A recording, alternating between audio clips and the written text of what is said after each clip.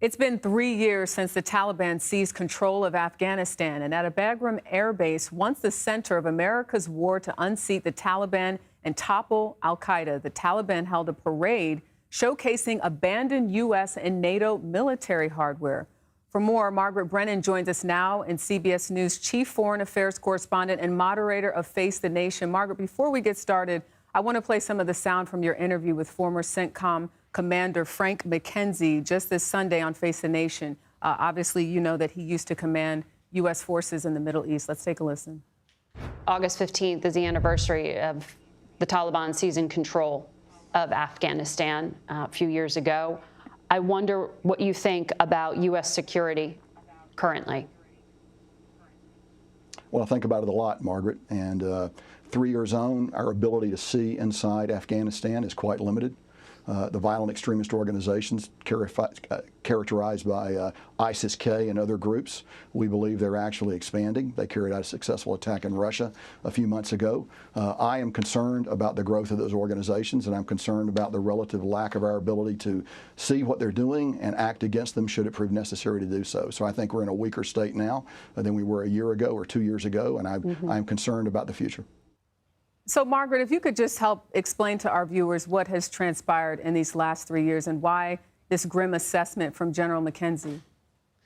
Well, we should say that General McKenzie opposed the U.S. exit back in 2021, though he executed it at the order of President Biden on the plan negotiated by then President Trump. But one of the main reasons is exactly what he's detailing there. The United States has lost much of its intelligence collection ability because it no longer has the physical presence diplomatically or through, actual military bases and intelligence presence on the ground. They haven't been able to replicate that. And since that time, we have seen ISIS-K really emanate out of Afghanistan, becoming really a global terror threat.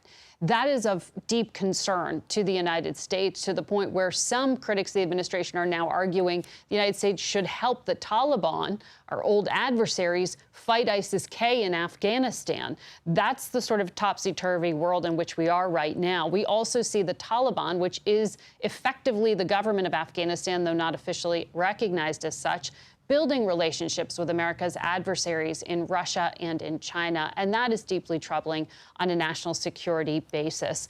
Much of the work that was done over the 2 decades of U.S. involvement has also been erased on the social and political front, Jerika. And that is also tough for a lot of American service people, but also the diplomats and aid workers who put in so many years to try to shore up things, including women. Yeah, so much money spent, so many lives lost. As you know, that this month, August 30th, will mark 3 years since the last U.S. service members officially left Afghanistan. Over the United States, 2 decades war, the longest American war in history. There were countless Afghan citizens that assisted the U.S. military. Some of them were able to leave the country, but there are others that are still stuck in limbo. What is the latest on the U.S. efforts to resettle those people? Well, this, Jerika, is one of the toughest things to swallow about the way the U.S. exited Afghanistan, because the refugee programs in the United States had really been changed in a way that was harmful to quickly getting special immigrant visas, these SIVs, as they call them, put in place. The Biden administration says they had to play last-minute catch-up. People were left behind, people who worked alongside the United States, Afghans who either worked for or alongside U.S. Officials and efforts. And many of them fear for their lives. We asked the State Department for an update on the numbers, and they say at this point they have 55,000 applications still pending from Afghans who are seeking those SIVs, those special immigrant visas.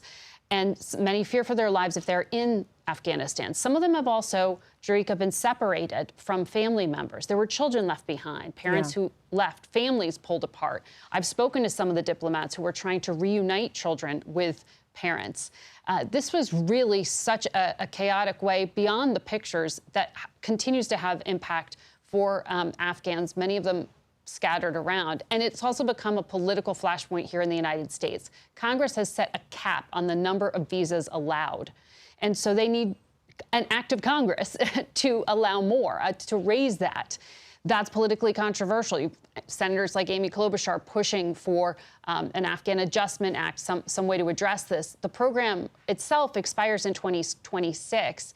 And Donald Trump, who very well may win the presidency and take office in January, could put in place what he has promised as a ban on all refugees. I asked J.D. Vance, the senator who's running as a possible vice president, whether they'd apply that ban to Afghans, some of whom fought alongside Americans. And he kind of split the difference, saying both some should get help, but maybe they shouldn't come here and they have to be properly vetted. So it's not clear what will happen to all of them and if the Biden administration can get all 55,000 out of Afghanistan in the next 5 months. Yeah, that's a lot of people. And we know that conditions for women in particular have changed drastically since the U.S. pulled out. But I want to turn to another topic that we're constantly talking about, and this is the threat that Israel is facing, not just with Hamas, but also Iran.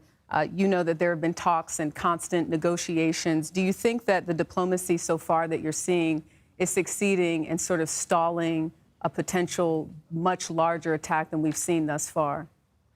The word you just used, stalling, is basically it. They are delaying. That is really the U.S. strategy here, to try to restrain Hezbollah and Iran from retaliating against Israel for assassinating a leader of Hamas and a leader of Hezbollah, and doing so in a fairly embarrassing way for the government of Iran. So that retaliation is viewed still as somewhat inevitable, but shaping just how large it could be is where the diplomats have been focused on one front to try to stop that from becoming a regional war that would draw in U.S. troops, because Israel couldn't win a war, finish a war against Hezbollah in Lebanon, who's extremely well armed, without American help. So that's one conflict they're looking at. In terms of Hamas and this ceasefire effort that Ramey was telling you about, that's kind of the centerpiece of the Biden strategy right now. And so American diplomats have essentially bought time. The talks are happening today, tomorrow. They may spill into the weekend. And during that time, my sources say they do not expect Iran to carry out an attack. But once we get into the weekend, it is not clear. Hezbollah may go it alone from the north. They could do so in coordination from the east with Iran. That remains to be seen. But there is a very big effort on the part of the Biden administration to bring forward a ceasefire and hostage release sometime in the next 2 weeks. Yeah, and we know you'll be following that for us and covering it all. Make sure you tune in to Face the Nation. Margaret Brennan, thank you so much for your time. Thank you.